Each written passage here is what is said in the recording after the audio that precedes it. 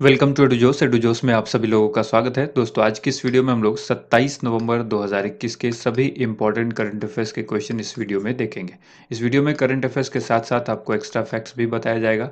इसके अलावा static GK के क्वेश्चंस भी कवर कराए जाएंगे और करंट अफेयर्स का रिवीजन भी कराया जाएगा। जो बीते कुछ दिनों में हमने पढ़ा है उसको हर दिन वीडियो में हम लोग रिवाइज करते हैं और वीडियो के लास्ट में आपसे 5 सवाल जो है वो एक्स्ट्रा खुराक के तौर पर पूछे जाते हैं और बताए जाते हैं और एक सवाल जो है वो चिंगारी प्रश्न होता है जिसका आंसर आप सभी को कमेंट बॉक्स में लिखना होता है। तो चलिए वीडियो को शुरू करते हैं। वीडियो पसंद आएगी तो इसे लाइक एंड शेयर जरूर कीजिएगा। चैनल को सब्सक्राइब करके बेल आइकन जरूर प्रेस कीजिए ताकि हर वीडियो का नोटिफिकेशन आपको मिलता रहे। शुरुआत करेंगे हमारे डेली मोटिवेशनल कोट से। हासिल होगी मंजिल भी तू तैयारी करके तो देख, आग लगेगी फिर सीने में तू चिंगारी बन के तो देख। तो आप सबको चिंगारी बनना और चिंगारी बनाना हमारा काम है, यानी एडुजोश का काम है। आप हमारा एप्लीकेशन जो है प्ले स्टोर पर डाउनलोड कर सकते हैं प्ले स्टोर से, और इसका डायरेक्ट लिंक भी नीचे डिस्क्रिप्शन में दे दिया गया है जिससे लाखों लोगों ने इंस्टॉल किया हुआ है और इसका पीडीएफ फाइल वहाँ पर आपको मिलता है। जो भी वीडियो हम यहाँ उपलब्ध कराते हैं उसका पीडीएफ फाइल हमारे एंड्रॉयड एप्लीकेशन पर ही मिलेगा। तो चलिए कल के चिंगारी प्रश्न का आंसर देख लेते हैं। सबसे पहले, राष्ट्रपति रामनाथ कोविंद ने कर्नल संतोष बाबू को किस पुरस्कार से सम्मानित किया है? इस क्वेश्चन का आंसर हो जाएगा महावीर चक्र। ठीक है, ये मरणोपरांत दिया गया है, ध्यान रखना है, मरणोपरांत। और ये किसको मिला? संतोष बाबू को, जो कि कर्नल संतोष बाबू थे, और इनको महावीर चक्र से सम्मानित किया गया राष्ट्रपति रामनाथ कोविंद के द्वारा। अब आज के सवाल देख लेते हैं। प्रतिवर्ष संविधान दिवस कब मनाया जाता है? काफ़ी इम्पोर्टेंट है संविधान दिवस। भारत का संविधान काफ़ी इम्पोर्टेंट है और इससे अक्सर एग्जाम में सवाल आता है, तो ये दिवस भी बहुत इम्पोर्टेंट है। 26 नवंबर इसका राइट आंसर होगा। भारत में हर साल 26 नवंबर को संविधान दिवस यानी कॉन्स्टिट्यूशन डे मनाया जाता है। 1949 में संविधान सभा के द्वारा भारतीय संविधान को अपनाने के उपलक्ष्य में ये मनाया जाता है। भारत की संविधान सभा ने 26 नवंबर 1949 को भारतीय संविधान को अधिनियमित किया और 26 जनवरी 1950 को इसको लागू किया। इंपॉर्टेंट फैक्ट में याद रखिएगा, भारत का संविधान दुनिया के किसी भी संप्रभु देश का सबसे लंबा लिखित संविधान है। ये संप्रभु याद रखना है, संप्रभु देश का सबसे लंबा लिखित संविधान है। भारत के पहले कानून मंत्री डॉक्टर भीमराव अंबेडकर थे। ठीक है, और इन्होंने ही भीमराव अंबेडकर को 1947 में संविधान मसौदा समिति के अध्यक्ष के रूप में नियुक्त किया गया था, बाबा साहब अंबेडकर को। ठीक है, नेक्स्ट यहाँ पर देखिए, प्रतिवर्ष राष्ट्रीय दुग्ध दिवस नेशनल मिल्क डे कब मनाया जाता है? इस क्वेश्चन का राइट आंसर हो जाएगा ऑप्शन सी, 26 नवंबर को। यहाँ पर याद रखना है, भारत में हर साल ये मनाया जाता है राष्ट्रीय दुग्ध दिवस। यह दिवस वर्गीज कुरियन की जन्म शताब्दी के उपलक्ष्य में मनाया जाता है। उन्हें लोकप्रिय रूप से भारत में श्वेत क्रांति के जनक के रूप में जाना जाता है। किनको? डॉक्टर वर्गीज कुरियन को। उन्हें मिल्क मैन ऑफ इंडिया भी कहा जाता है, जो कि एक इम्पॉर्टेंट पॉइंट है जो आपको नोट करना है। इसकी शुरुआत आईडीए यानी इंडियन डेयरी एसोसिएशन के द्वारा साल 2014 में की गई थी। भारत में पहला राष्ट्रीय दूध दिवस 26 नवंबर 2014 को मनाया गया था। कहीं पर आप दुग्ध भी देख सकते हैं, कहीं पर दूध भी, तो दुग्ध ही जो है वो दुग्ध का ही नाम है। तो याद रखना, ये पर्यायवाची है एक तरह का, आप कहें कि सिमिलर वर्ड है। ठीक है, सिमिलर जो है वो वर्ड है। जैसे कि आप सिनोनिम्स देखते हैं तो ये सिनोनिम्स है, दुग्ध और दूध एक ही चीज़ है। यहाँ पर याद रखना है कि भारत में जो पहला राष्ट्रीय दुग्ध दिवस था वो 26 नवंबर 2014 को मनाया गया था। और इम्पोर्टेंट फैक्ट में याद रखना है, भारत दुनिया में सबसे अधिक दुग्ध उत्पादक देश है। इसके बाद संयुक्त राज्य अमेरिका का नंबर आता है। उत्तर प्रदेश भारत का सबसे अधिक दूध उत्पादन वाला राज्य है। अगला सवाल है, इंटरपोल का नया अध्यक्ष किसको नियुक्त किया गया है?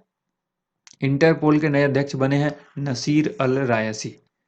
ऑप्शन डी करेक्ट आंसर हो गया। अंतर्राष्ट्रीय कानून प्रवर्तन निकाय इंटरपोल ने इस्तांबुल में हुई वार्षिक आम सभा में संयुक्त अरब अमीरात के अधिकारी major general Ahmad Naseer Al Raisi को इंटरपोल का अध्यक्ष बनाया है। इंटरपोल ने इनको 4 साल के लिए अध्यक्ष चुना है। सीबीआई के विशेष निदेशक प्रवीण सिन्हा को इंटरपोल की कार्यकारी समिति में एशिया के प्रतिनिधि के लिए चुना गया है। ठीक है, इंटरपोल के बारे में आपको मालूम होना चाहिए, इसका फुल फॉर्म होता है इंटरनेशनल क्रिमिनल पुलिस ऑर्गेनाइजेशन। ठीक है, इंटरपोल यह एक अंतर्राष्ट्रीय संस्था है जो विभिन्न देशों की पुलिस के बीच सहयोग करके अंतर्राष्ट्रीय अपराधियों को पकड़ती है। इसका मुख्यालय कहाँ पर है इंटरपोल का? फ्रांस के लियोन शहर में है। नेक्स्ट क्वेश्चन है, गृह मंत्रालय के द्वारा जारी 2021 के लिए भारत के शीर्ष 10 पुलिस स्टेशन की वार्षिक सूची में पहले स्थान पर कौन रहा है? इस क्वेश्चन का आंसर हो जाएगा ऑप्शन ए, सदर बाजार पुलिस स्टेशन, जो कि दिल्ली में है। ठीक है, अगला सवाल देखने से पहले इसके डिटेल में जान लीजिए। गृह मंत्रालय के द्वारा जारी 2021 के लिए भारत के शीर्ष 10 पुलिस स्टेशनों की वार्षिक सूची शामिल हुई है, जिसमें इस सूची में दिल्ली का सदर बाजार पुलिस स्टेशन सबसे शीर्ष पर है। गंजम ओडिशा के गंगापुर पीएस को यानी पुलिस स्टेशन को दूसरा सर्वश्रेष्ठ और भट्टू-कला पीएस फतेहाबाद हरियाणा को तीसरा सर्वश्रेष्ठ माना गया है। यानी नंबर 1 पर कौन हो गया? दिल्ली का सदर बाजार पुलिस स्टेशन, दूसरे नंबर पर ओडिशा के गंगापुर पीएस को, ठीक है। उसके बाद है तीसरा भट्टू-कला पीएस, ठीक है। ये कहाँ पर है? फतेहाबाद हरियाणा। नेक्स्ट है, अमित शाह ने शीर्ष 3 स्टेशनों के अधिकारियों को ट्रॉफी प्रदान की है। किसने प्रदान की है? अमित शाह जी ने। रैंकिंग प्रक्रिया संपत्ति अपराधों से निपटने के लिए, महिलाओं के खिलाफ अपराध करने के लिए, जो है अपराध, कमजोर वर्गों के खिलाफ अपराध आदि जैसे मापदंडों पर पुलिस स्टेशनों के प्रदर्शन का आकलन करती है। जो ये रैंकिंग प्रक्रिया है अपराधों से निपटने, महिलाओं के खिलाफ अपराध, कमजोर वर्गों के खिलाफ अपराध आदि जैसे मापदंड पर पुलिस स्टेशन के प्रदर्शन का आकलन करती है और उसके बाद ये अवार्ड जो है वो दिया जाता है।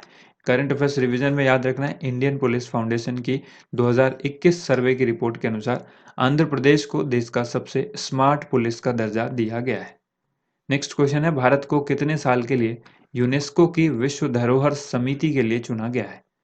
बहुत ही इंपॉर्टेंट सवाल है, आपके एग्जाम में बहुत ही बार देखने को ये मिल सकता है।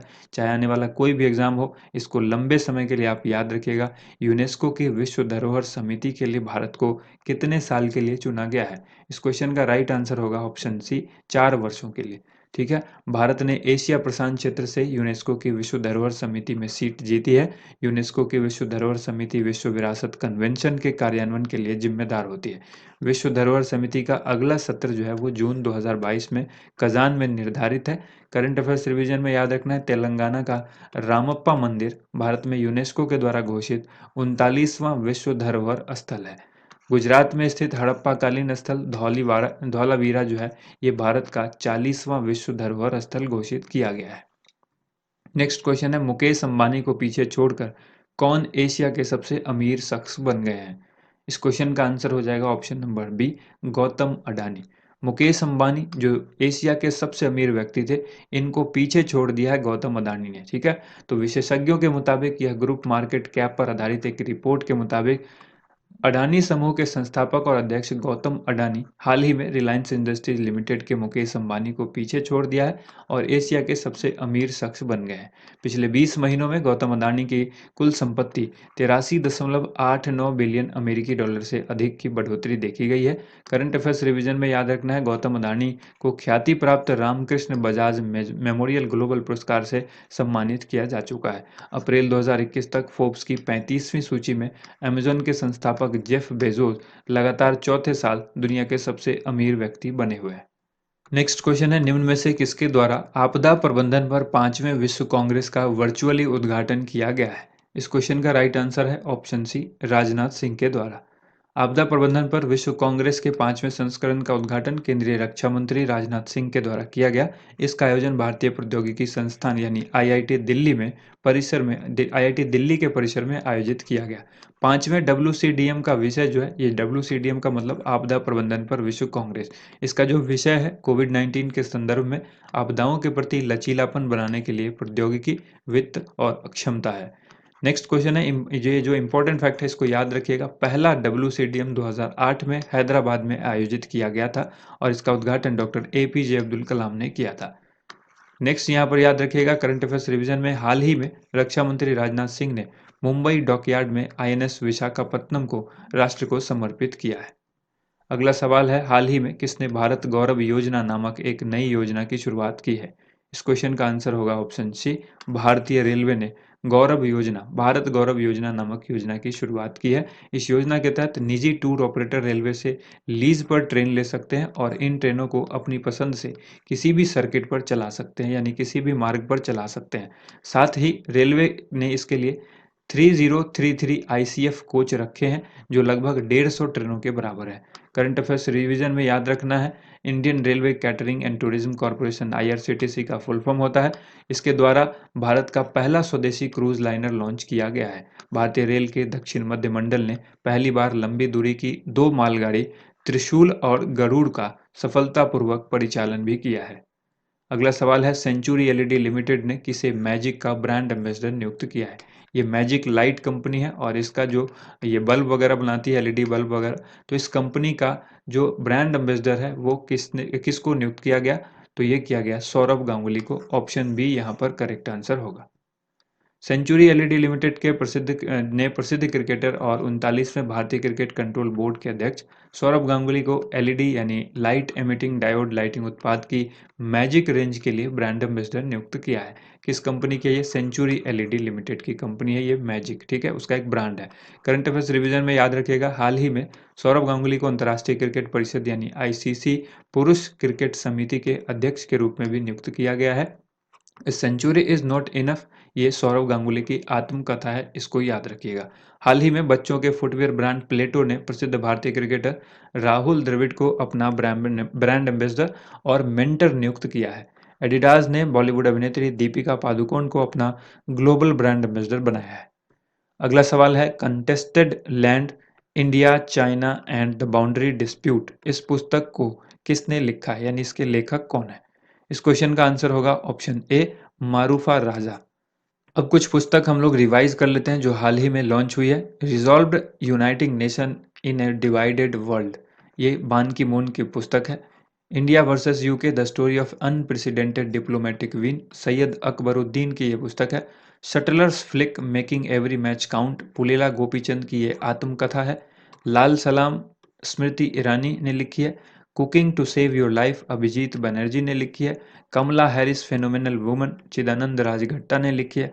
Sunrise over Ayodhya nationhood in our times, Salman Khurshid की यह पुस्तक है और इस पर काफ़ी चर्चा जो है वो अभी देश में काफ़ी चर्चा जो है गर्म है। याद रखिएगा इस क्वेश्चन को, काफ़ी इंपॉर्टेंट है ये book. Sunrise over Ayodhya Salman Khurshid ने लिखी है। The origin story of India's state VS Srinivasan, actually I met them a memoir, ये गुलजार ने लिखी है। The secret to balancing work and family life, Indira Nooyi ने लिखी है। अब बारी है आज के एक्स्ट्रा खुराक की। 5 सवाल यहाँ पर आपसे पूछे गए हैं, वीडियो को रोक करके आप इसका आंसर देने का प्रयास कीजिए। भारतीय वन अनुसंधान संस्थान का मुख्यालय कहाँ पर है? भारतीय वन्य जीव अनुसंधान संस्थान का मुख्यालय यानी हेडक्वार्टर कहाँ पर है? भारतीय कृषि अनुसंधान परिषद का मुख्यालय कहाँ है? और भारतीय मौसम विज्ञान संस्थान का मुख्यालय कहाँ है? इसके बाद है राष्ट्रीय वनस्पति विज्ञान संस्थान का मुख्यालय कहाँ है? एक एक करके आंसर देखिए और अपने आंसर से मिलान कीजिए। भारतीय वन अनुसंधान संस्थान का मुख्यालय देहरादून में है। भारतीय वन्यजीव अनुसंधान संस्थान का भी मुख्यालय देहरादून में ही है। और इसके बाद है भारतीय कृषि अनुसंधान परिषद, तो ये नई दिल्ली में है। भारतीय मौसम विज्ञान संस्थान, ये भी नई दिल्ली में है। और राष्ट्रीय वनस्पति विज्ञान संस्थान ये लखनऊ में है, ठीक है। इसके बाद है बारी चिंगारी प्रश्न की, जिसका आंसर आप सभी को सही आंसर कमेंट बॉक्स में लिखना होता है। आज सवाल पूछा जा रहा है आपसे, किस स्पेस एजेंसी ने स्पेसएक्स रॉकेट पर दुनिया का पहला ग्रह रक्षा मिशन डार्ट लॉन्च किया है? 4 ऑप्शंस दिए गए हैं, जो भी करेक्ट आंसर आप कमेंट बॉक्स में ज़रूर लिखिएगा। उम्मीद करते हैं आप सबको वीडियो पसंद आई होगी। वीडियो को ज़्यादा से ज़्यादा लाइक एंड शेयर कीजिएगा। थैंक यू सो मच, आप सभी लोगों का वीडियो देखने के लिए बहुत बहुत धन्यवाद।